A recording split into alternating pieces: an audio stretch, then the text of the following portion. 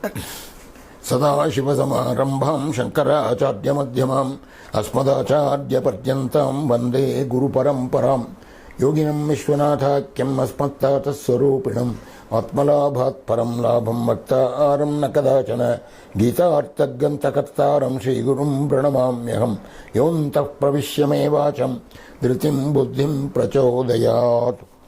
Om Namah Sababhyas Sabapatibhyas Shavo Namah. Friends, this is Advaita Bhakti 3. In the last session, we concluded by saying that there should be a right vision of Advaita even when you are engaged in a Bhakti type attitude. So it is a question of attitude. The right vision has been explained in one of our Narayaniyam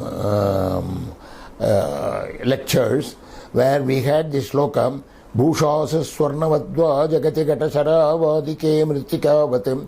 That is the appearance of the gold ring and the gold, when there is no difference between the gold and the golden ring. Ring is only a name and a form. It is a name and form that confuses us. The ultimate, the basic substratum is gold in a golden ring.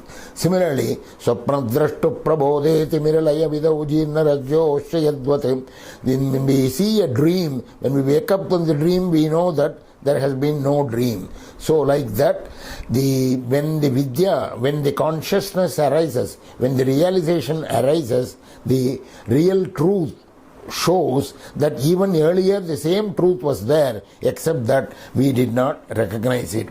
So that right vision has to be there all the time. This is the teaching of all our scriptures and the Gita. Sarvabhuteshu yenaikam bhavamapyayamikshate. In the 18th chapter, shloka number 20, the Lord says, all the things, the same view, the same Brahman view, Sarvabhuteshu yena ekam bhavam avyayamikshate. It is a bhava, it is an attitude of oneness. Oneness amidst the plurality of our experience. You see, the perception of difference is only because of name and form.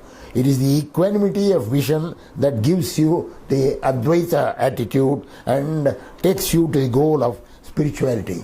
When we see a wooden elephant, the child behaves differently and we behave differently. The child thinks there is only an elephant there, but we know there is only the wood there is no elephant. So this adult feeling of adult seeing of a wooden elephant is the right vision, and that is what we should have even in terms of our perception of the universe and the Brahman behind this. So what do the scriptures prescribe ultimately? The scriptures prescribe, there are 5 senses: seeing, hearing, tasting, smelling and touching. See only God's presence everywhere. Hear only the melody of the divine music. Taste only the sweet nectar of from the feet that emanates from that. Smell only the fragrance of the dust of the divine feet. Touch only feel only the touch of the divine hand of the Lord, his Abhayahasta. This is Advaita Bhakti. And therefore, Shankaracharya defines beautifully in Viveka Chudamani as the Swaswarupanusandhanam Bhaktirithyabhidhiyate. Swaswarupanusandhanam, our natural state, Swarupa, there is no question of we are having a different name or form. The name and form that is outside is only an appearance. We are always in the natural states. Yatram anyat pashyati, anyat vijanati, anyat granati,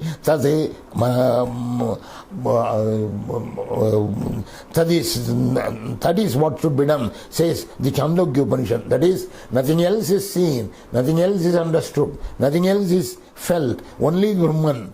So this is the view that we have to have, and therefore the Viveka the Shivananda Lahari, in Shivananda Lahari, Shankaracharya has 2 very interesting shlokas on this bhakti.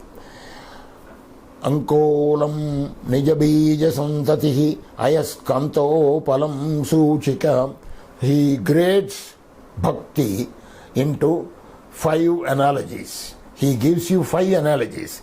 Ankolam nijabija santatihi ayaskanto palam suchika. 2 examples are there here. Ankolam nijabija santatihi. Ankola is a kind of a tree. There is a botanical name for it, I don't remember that. Ankolam nijabija santatihi. What does it do when the fruits, when they fall down, they go back to the root of the tree.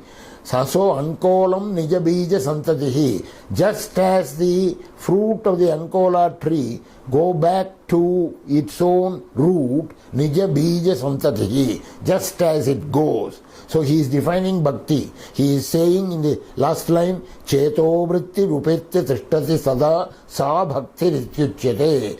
The mind, the flow of the mind has to go towards the Lord and stand there. Tishtati sada. Cheto vritti. Cheto vritti means the flow of the mind. Upetya tishtati sada. Always it goes and stands in that with the Lord. So for that he gives examples. One example is Ankolam nijabija santatihi. Ankola fruit goes back to the root of the tree. Ayaskanto palam suchika. This we all understand in our modern days. Just as iron filings flow back to the magnet, so also ayaskanto palam suchika. The needle goes back to the magnet. Sadvi naija vibhum latakshitiruham. I am reading the shloka, the second line. Sadvi naija vibhum. The pativrata, the chaste woman, naija vibhum, her own lord, her husband, just as she goes back to him. She goes to him. She has a certain love, passion, everything for him. Sadvi naija vibhum. Lata chitiruham. Lata means the creeper. The creeper which is round and round the tree, it always with the tree, so it doesn't leave the tree. So just as the lata chitiruham, and the 4 examples. So one is ankola tree, ankola fruit goes back to the root of the tree. Another is the iron filings go back to the magnet. Another is sadvi naija vibhum, the pativrata goes back to her husband.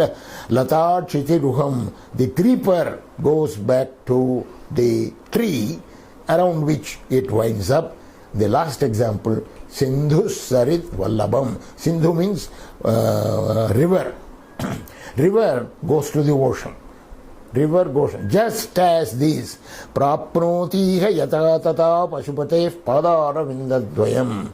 Just as these things go back to that source, so also the Lord's lotus feet, the pair of lotus feet, cheto vrittihi, the mind has to flow towards that and then stand there.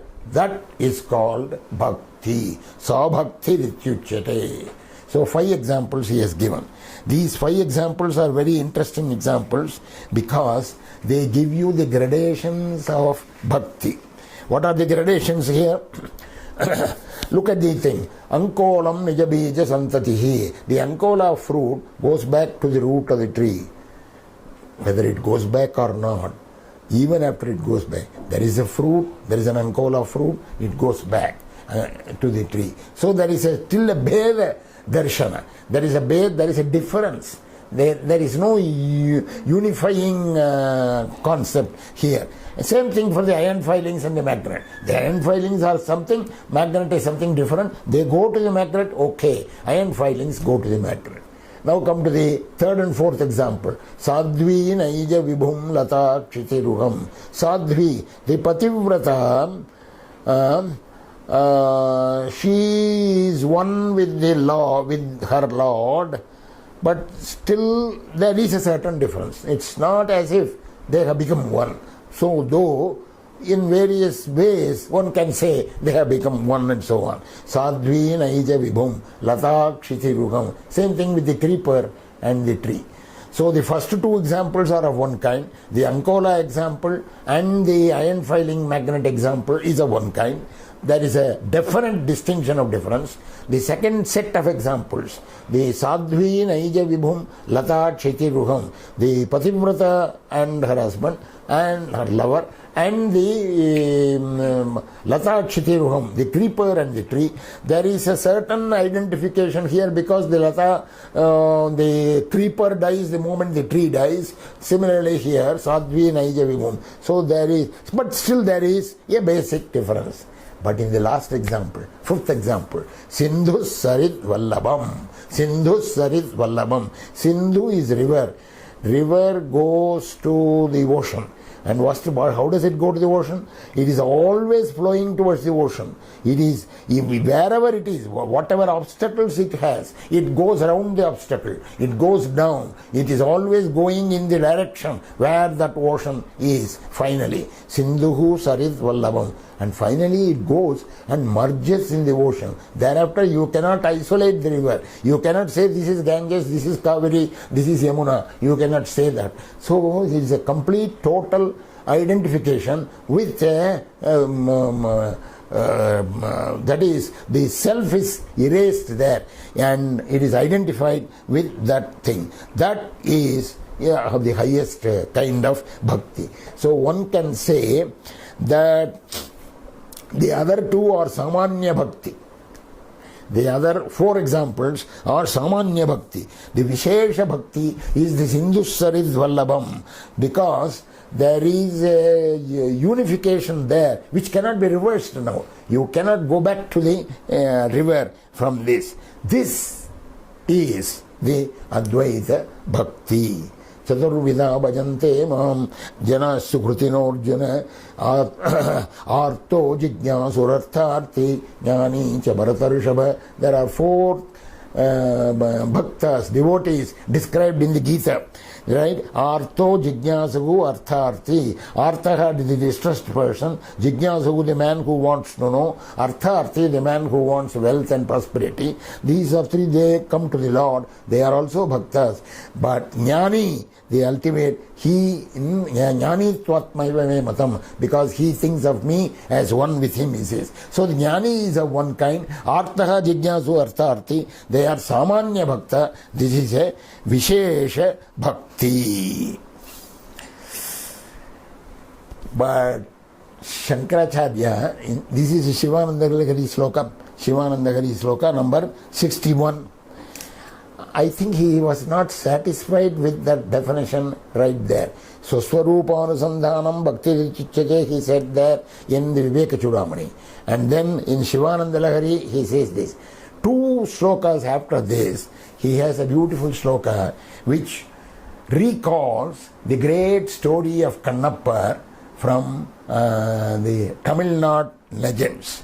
We do not know, we cannot date this story. The story is that of the saint called Kannappa Nayanar. He was a totally a kind of a rural type of man, no urban civilization.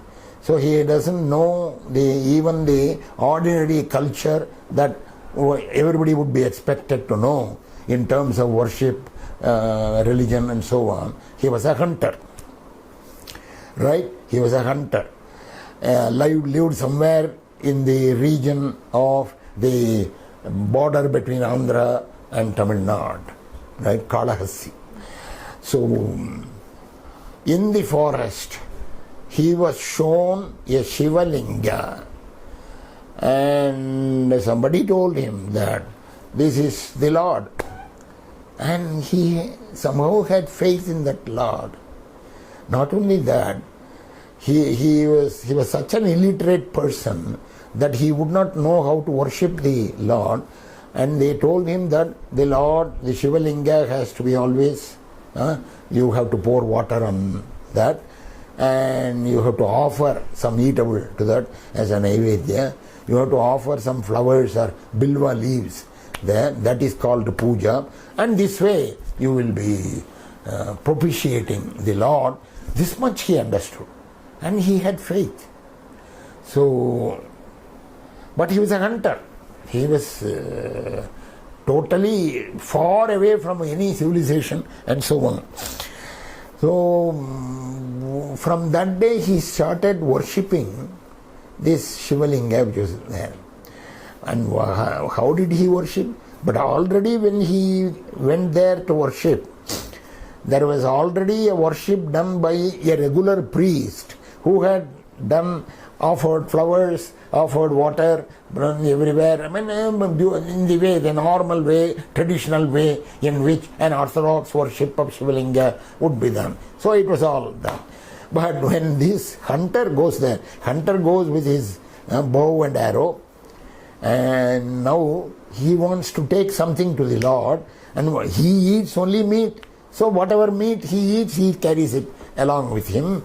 And he plucks some kinds of flowers, some wild flowers in the forest. I mean, the whole thing is a forest scene. You have to imagine, this must have happened long time ago.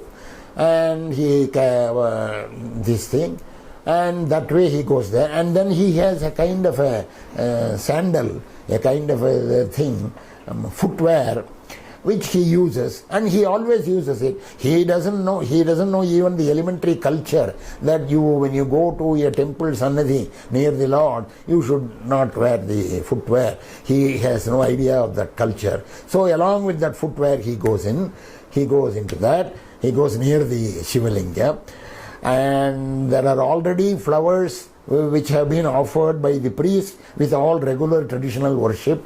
So he tramples on them and throws them away, clears the scene by his own feet, and he has brought his meat along with him. Whatever meat he has got it, he puts it on the Lord, the Shivalinga, and flowers, he puts it on that. And they have said water you have to pour, but he has already used both his hands. One is for the meat, one for the flowers. So he seems to have been an intelligent person. He carries water in his mouth. He carries water now in a mouthful of water. So with that mouthful of water he comes, and when he sees the Lord, he spits that water on that lingam. Now all the regular features have been done, and he goes back. He offers the meat and he goes back. The next day the priest comes there and sees this sacrilege. What is this? There is meat here. All the flowers that I have offered, they have all been trampled upon. And what is this? What is this? The priest doesn't understand. Priest is shattered. And he observes the next day the same thing that has happened, the next day the same thing has happened. For 5 days the priest observes this, and he could not stand it anymore. So he prays to the Lord. But he cannot, one day he hides himself and watches the scene. And the whole scene is happening exactly this way. And he simply cannot stand it. But he has no guts to accost the hunter, because the hunter has a bow and an arrow and looks very treacherous. He is a ruffian. So the priest is afraid of the hunter, so he does not accost him. So after this hunter has gone, the priest prays to the Lord, "Oh Lord, please help me, what is this happening?" And the Lord appears in his dream and tells him, "Tomorrow you watch this scene. You will see something interesting. Watch the scene, hiding." And the next day he watches. The next day, as usual, this hunter comes there with meat in his left hand, but now today it is pork. Meat in his left hand, and with flowers, and with mouthful of water, with footwear, and along that he goes to the Shivalinga. He does this, offers this, and that. He is going to do that, but at that time, the priest every day for the puja decorates the Shivalinga with ears, eyes, and the forehead. So like that, like a face.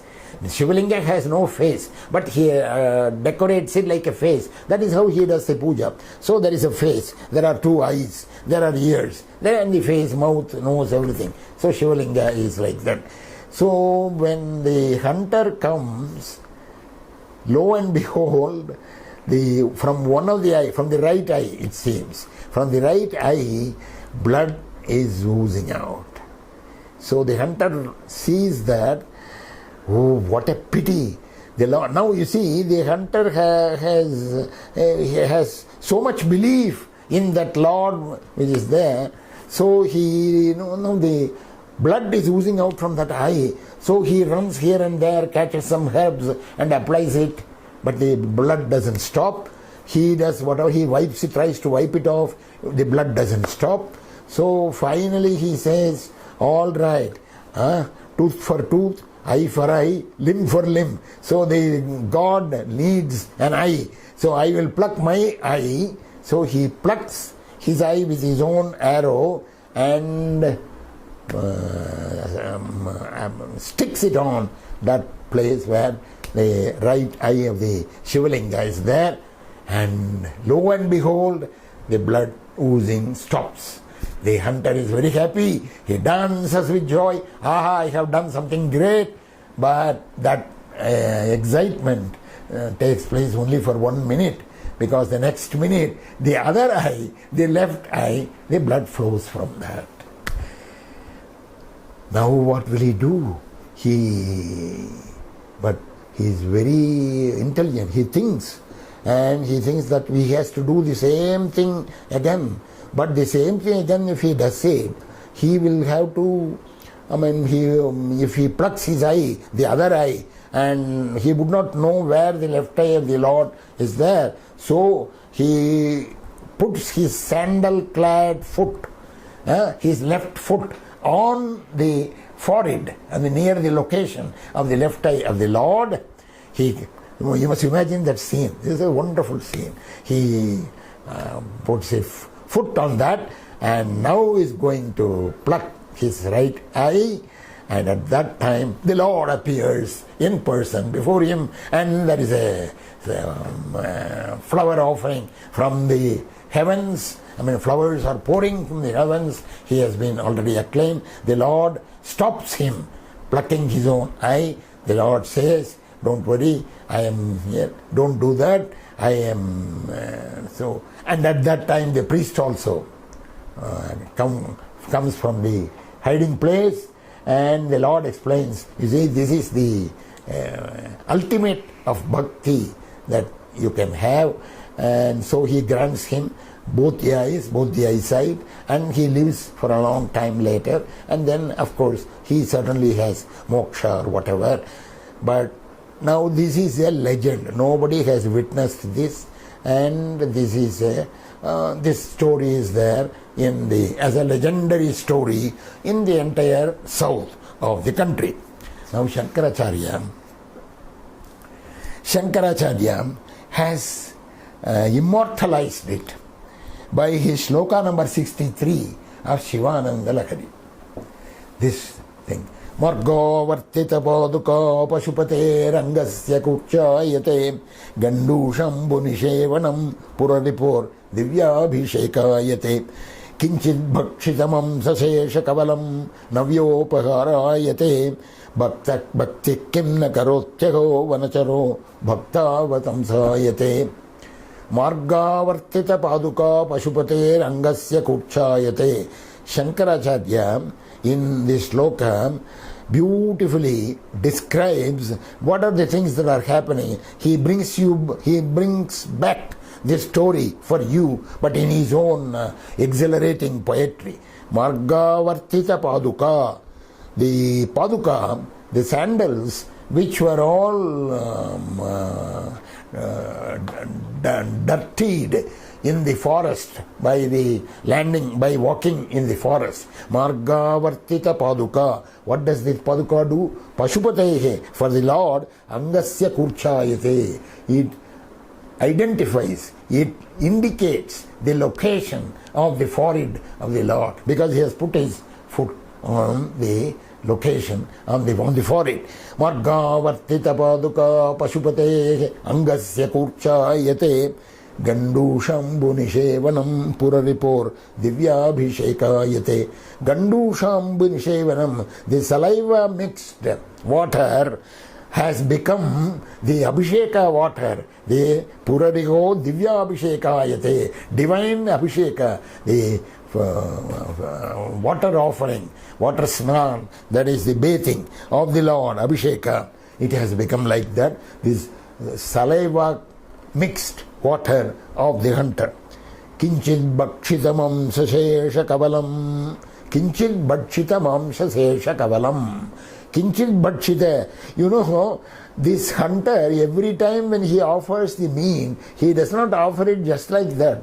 He first tests it and then offers it. Why does he test it? Because he is afraid that it may not be the right thing. It may not be tasting well. So he checks the taste and offers it. So kinchit bhakshita mamsa sesha kavalam. Half eaten, right? Once tasted meat, that remainder of that meat, that has become the naivedya, the food offering for the Lord. What can bhakti not do? Bhakti kimna karoti. What cannot bhakti do? You see, aho vanacharo, this one hunter, his bhakti has been acclaimed here. Bhakta avatamsayate, vanacharo bhakta avatamsayate. Avatamsayate means becomes a role model. This hunter has become a role model. Margo vartita paduka pashupate rangasya kurchayate. So bhaktavatamsayate, he becomes the role model of a bhakta. This is the shloka as a poetry, as a poem, as a verse, piece of poetry. It's excellent, but there are philosophical meanings in these 4 lines of the shloka. Because I told you earlier that bhakti, there is a samanya bhakti and there is a tivra bhakti. What is a tivra bhakti? Extreme bhakti, right? Vishesha bhakti, Advaita Bhakti, samanya bhakti of 3 kinds I have in the example. That is those 2 examples of Ankolam and the iron filings, etc. And the Lata, the Sadhvi Naija Vibhamma Lata Chite Gugam, the Pativrata to her husband, and the Lata creeper to the tree. So 4 examples. They are all Samanya Bhakti. Sindhusarid Vallabham is the final Vishesha Bhakti. That is called Tivra Bhakti. In that Tivra Bhakti, the commentators have seen in these 4 lines 3 levels of Tivra Bhakti. 3 levels of Tivra Bhakti. What are the 3 levels? So come back now. The 3rd line of the sloka. Kinchit bhakshita mamsa sesha kavalam navyopaharayate. What he has eaten, what he has tasted, that then the remaining part of that meat has been offered to the Lord. He has tasted it and he assumes that what remains would also be of that good taste. He has offered it. So this is the samanya tivra bhakti. In the extreme bhakti, there is a samanya bhakti, there is a madhyama tivra bhakti, there is a tivra bhakti. That is ordinary tivra bhakti, middle type tivra bhakti, extreme bhakti, the highest kind of tivra bhakti. So this kinchit bhakshitam hamsa sesha kavalam. So there is a beda there. There is still a difference there, because he has eaten one part of the meat, the remaining thing he has not eaten. So there is a difference. This is my eating, that is the Lord's eating, like that. So this is samanya tivra bhakti. Right? Now come to the other thing. Gandushambu nishevanam puraripor divyabhishekayate. His saliva mixed water, which has been spit on the Shivalinga. Now, what is this here? This is the Tvampadartha, Tattvamasi, Mahavakya, Tattvamasi, that Lord, which is the ultimate is the same thing as you, Tvamasi, you are that. You see, so this Tvam Padartha, from his saliva mixed water, this is from this Jiva. This one, he is trying to mix it with that Tat Padartha thing, Tat Padartha Vachaka, that the Lord who is represented, who is indicated by the word Tat.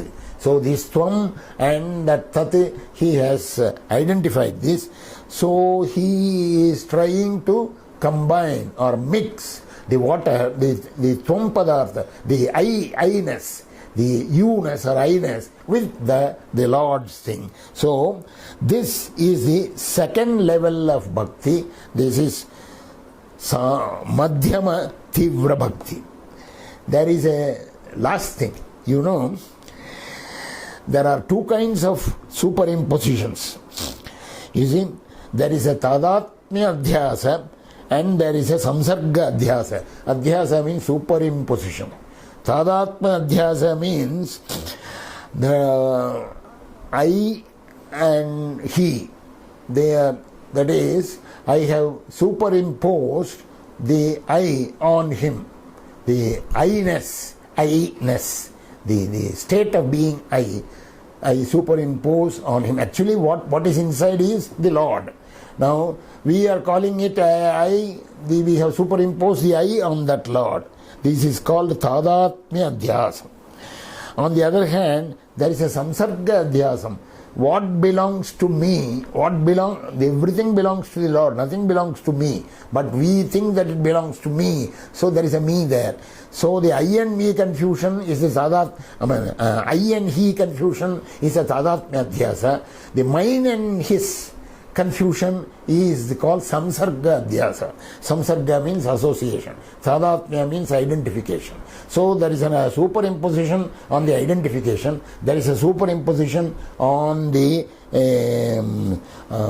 possession. Samsarga Adhyasa.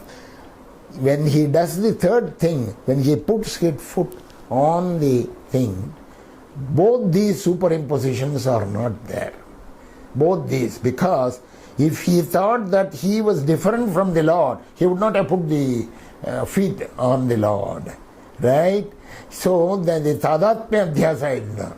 There is no question of mine and thine. His I and my I will be lost if I do this. He did not think of it at all. So the Samsarga Adhyasa is also not there. So the Tadatmya Adhyasa, the Samsarga Adhyasa, both the Adhyasas are not there. This is the ultimate Advaita Bhakti, says the Shankaracharya. So this shloka is such an interesting shloka that it summarizes not only the concept of Advaita Bhakti, but it also talks about, gives you a beautiful example that actually happened perhaps, and he has immortalized it in this shloka. So with that, we end this discussion of Advaita Bhakti, and we pray to the Lord that in due time, if not in this Janma, in a Janma, following Janmas also, we should be able to get that kind of feeling, that kind of Advaita Bhakti feeling. And with that prayer, let me conclude. Lokas samastas sukhino bhavantu.